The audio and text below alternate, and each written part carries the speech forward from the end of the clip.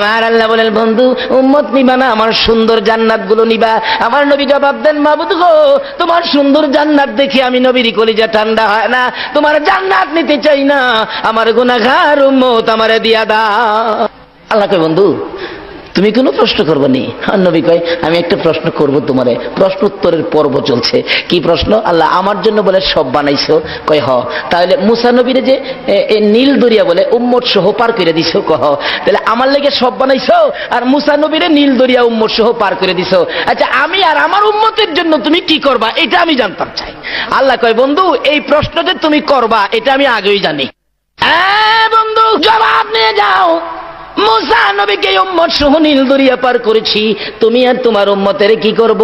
বন্ধু গো, মুসাকে নীল দরিয়া উম্মত সহ, তুমি আর তোমার উম্মতের দুনিয়ার কোনো দরিয়া নয়, কথা দিলাম তুমি আর তোমার উম্মতের আমি ফুলসিরাতের ফুল পার করে দিব।